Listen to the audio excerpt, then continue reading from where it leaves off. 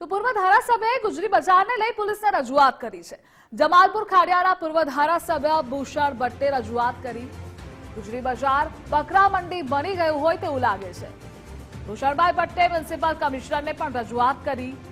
ગુજરી બજારમાં મોટી સંખ્યામાં બકરાનું વેચાણ થાય છે। ગુજરી બજારમાં બકરાઓનું વેચાણ બંધ કરાવવા પોલીસને રજૂઆત કરી। ભવિષ્યમાં આ જગ્યાને બકરા મંડી બનતા અટકાવવા રજૂઆત કરી છે। સ્થાનિક પોલીસ અને આજુબાજુના પોલીસ સ્ટેશનમાં પણ જાણ કરી। ગુજરી બજાર એ અમદાવાદ શહેરની ઓળખ છે।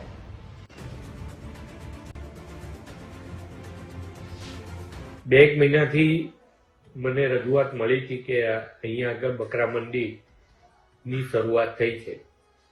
ત્યારે પણ મેં જે તે સમયે પોલીસના અધિકારીઓને જાણ કરી હતી।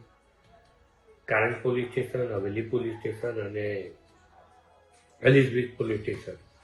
આજે હું રૂબરૂ સ્થળ ઉપર જતા અને રૂબરૂ સ્થળ ઉપર ગયા પછી મેં જાણ કરી એ જ પોલીસ અધિકારીઓને કે આ નશાબંધી વિભાગની જે ઓફિસ છે તિલકબાગની સામે, ત્યાં આગળ આ પ્રકારે 150-200 લોકો ઘેટા બકરા વેચાણ કરવા માટે, જ્યારે બકરા મંડી હોય એ પ્રકારે વેચાણ કરવા માટે ત્યાં આગળ ઊભા છે અને 400-500ની સંખ્યામાં ઘેટા બકરા હતા।